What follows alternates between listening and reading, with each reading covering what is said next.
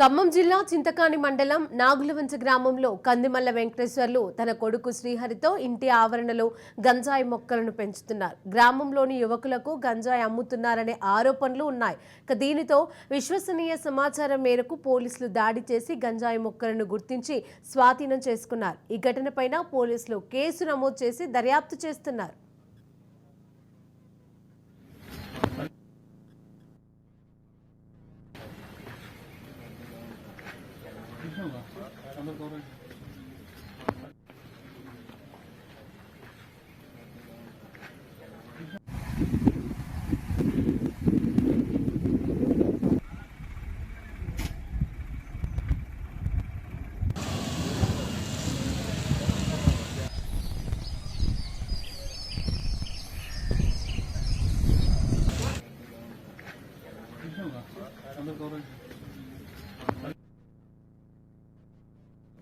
ఇంటి ఆవరణలో గంజాయి మొక్కలను పెంచుతున్నారనే పక్కా సమాచారంతో పోలీసులు అరెస్టు చేసినట్లుగా తెలుస్తోంది. ఇదే అంశానికి సంబంధించి ఖమ్మం ప్రతినిధి ఉపేందర్ అందజేస్తారు. ఉపేందర్,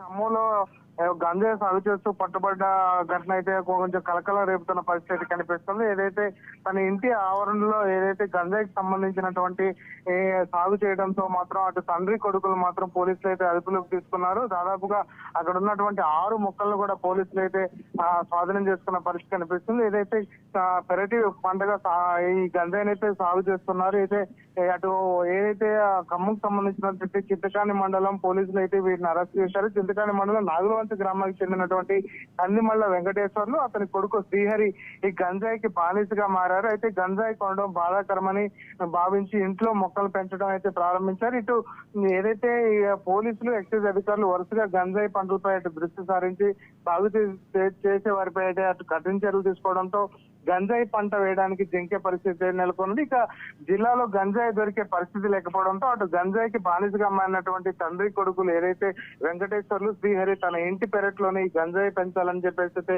నిర్ణయించుకున్నట్లయితే తెలుస్తుంది. తనకు కొనుక్కు ఏది సాయంతో ఇటు గంజాయి మొక్కలు తీసుకొచ్చి ఎవరికి అనుమానం రాకుండా పెరట్లో అయితే నాటారు. ఇక సుమారు 3 అడుగుల ఎత్తులో ఉన్నటువంటి గంజాయి చెట్ల నుంచి అయితే ఆకులు ఏదైతే ఎండబెట్టి అటు పొడి రూపంలో తయారు చేసి తాను వాడుకోవడానికి పోను మిగిలిన గంజాయిని కూడా ఇతరులకైతే విక్రయిస్తున్నారు. ఇక యువతను టార్గెట్ చేసి చిన్న చిన్న ప్యాకెట్లుగా కట్టి అవతల వారికి అవసరాన్ని బట్టి అందినంత కూడా దండుకుంటున్నారనే అపవాదు కూడా ఉంది. అయితే ఇతర ప్రాంతాల నుంచి చాలా మంది వచ్చి వీరిని కలిసి వెళ్లడంతో అటు అనుమానం వచ్చినటువంటి స్థానిక పోలీసులు అయితే దీనిపై నిఘా పెట్టారు. దీంతో అటు వెంకటేశ్వర్ల ఇంటిని తనిఖీ చేసిన పోలీసులకు ఇంటి పెరట్లో ఉన్నటువంటి గంజాయి చెట్లు అయితే దర్శనమిచ్చాయి. ఇక 3 అడుగుల పైగా ఎత్తున్నటువంటి సుమారు 2 చెట్లు అయితే పెకిలించి వాటిని స్వాధీనం అయితే చేసుకున్నారు. ఇక చింతకాని ఎస్ఐ నాగుల్ మీర ఆధ్వర్యంలో సోదాలు అయితే జరిపి గంజాయి సాగుదారుడైనటువంటి వెంకటేశ్వర్లపై అయితే narcotic drugs and scientific offence act కింద అయితే కేసు నమోదు చేశారు. ఎంతకాలం గంజాయి విక్రయాలు సాగిస్తున్నాడు,